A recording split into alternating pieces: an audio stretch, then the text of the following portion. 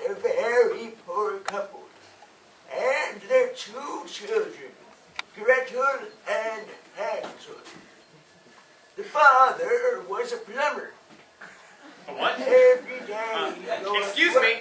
I say excuse me. What? What is it? Excuse me? It's just that he's usually a woodcutter. Who is? The father. He's generally a woodcutter. At least that's how the Well, story he's goes. not. He's a plumber. Right. I'm ever so sorry. Just a second. A plumber, hey. That's a really good idea. Just a moment. Continue. Are you ready then? Yes. Hey, I've trouble with you before, haven't I? Now, where was I? Lived a very poor Oh, couple. yes! And the two children, Gretel and Hansel. The father was a plumber, and every day he'd go up to work in the forest. Stop! Oblivious! What? You mustn't keep falling asleep like that. I'm sorry, I had no idea. Erraticus is telling a story. Oh, Lord, is he really? I'll be allowed to continue. Yes. Do I have everybody's permission to continue? Yes, get on with it! Thank you. So to continue, on the edge of this large forest there lived a very poor couple and their two children, Gretel and Hansel. The father was a plumber, and every day he'd go up to work in the forest to cut down plum trees. Flippin' heck. What? What's it now? I'm doing the best I can.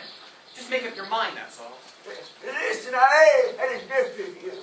First, I'm a woodcutter. Then, I'm a plumber. Not only Then I'm a was fruit the plum surgeon. tree cutter very How am I supposed to do anything if you but keep lost changing his your mind? voice as well. I can't. And he lived quietly with his wife, who was the children's stepmother and was secretly very wicked. But he had two pretty little children to make up for it. But as time went by, they became poorer and poorer, and the food grew less and less. And one day, the stepmother said to the husband, Husband, how can we possibly feed our poor children when we have nothing left for ourselves? and the plumber said, nothing at all. And the wicked stepmother said, I'll tell you what, I've got one hell of an idea. Tomorrow morning you take those kids out into the forest and leave them in the thickest part of the woods. They're so stupid they'll never find their way back, so we shall be rid of them. More food for us. and the plumber, who was appalled by this, said, nothing very much. But little did they know that upstairs their little boy, who was called Gretel, Gretel. Gretel had his ear to the floorboards and could hear every word that his parents said. He told his sister, Hansel, who wept bitterly. I thought I was Hansel. Don't argue, keep going! I'm sorry, but I'm not strolling around with a name like Gretel. What's happening there? Nothing. Excuse me. What? Stop. It's just their names. I think you've got them the wrong way around. What? Nothing. I'm sorry. Continue.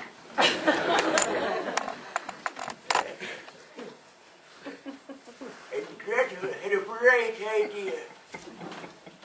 And he went out into the moonlit garden. And he gathered up from the ground a handful of bright, shiny saucepan lids. Saucepan lids. I should have guessed. Just a second. What are you doing now? Hang on. Everyone's being extremely difficult today. Sorry to keep tooth. Here we are. Unfortunately, as Gretel was gathering them, he banged his leg rather hard.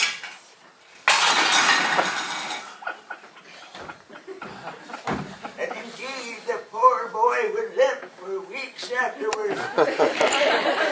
We shall find out later in the story whether his leg ever got better at all. What? I don't think they were saucepan lids. What? Hansel, well, I mean Gretel, he picked up a small white stove. Who's telling this I mean, story? even Me the- or you? You. And shut up. Okay.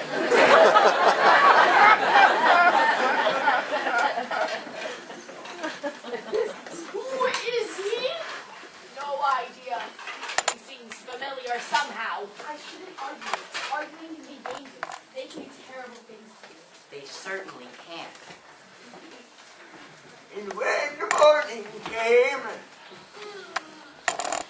the wicked stepmother gave each of the children a piece of bread Much against her better judgment. and said goodbye to them for the last time. And the plumber, with heavy heart, led his 2 children deep into the forest. But little did he know that even as they went, every few yards Gretel would cleverly try to drop the saucepan lid.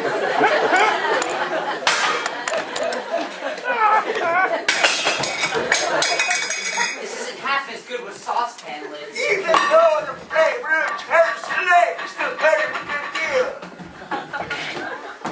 Sorry. When they reached the very center of the forest, Gretel and Hansel gathered sticks, and their father lit them a fire. Then he made them sit there, whilst he would further into the wood, pretending to search for plum trees. But secretly, he ran home. And soon it got dark, and the fire died down. And the children huddled together and waited for the moon to rise, which it soon did. And when it did, Gretel took his sister's hand, and they followed the trail of saucepan lids, which were gleaming so brightly in the moonlight. And they made their way back home. And their father, who had never thought to see the children alive again, was overjoyed to see them. Even though he couldn't express it in so many words.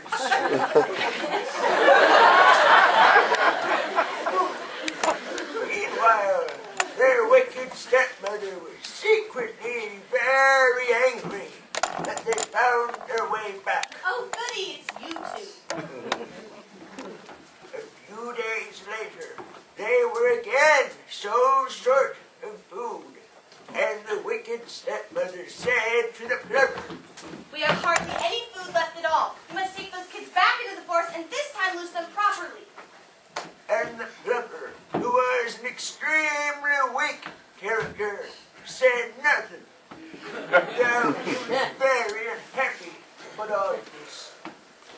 And again, upstairs, Gretel had his ear to the floorboard and had heard every word that his parents said. He told his sister, Hansel, who wept bitterly. But Gretel said to her, Fear not, little sister, for we can pull the old saucepan lid trick again. but when he crept downstairs to the garden, he found that this time his stepmother had been too clever and had locked the door so he couldn't get out. Oh, help.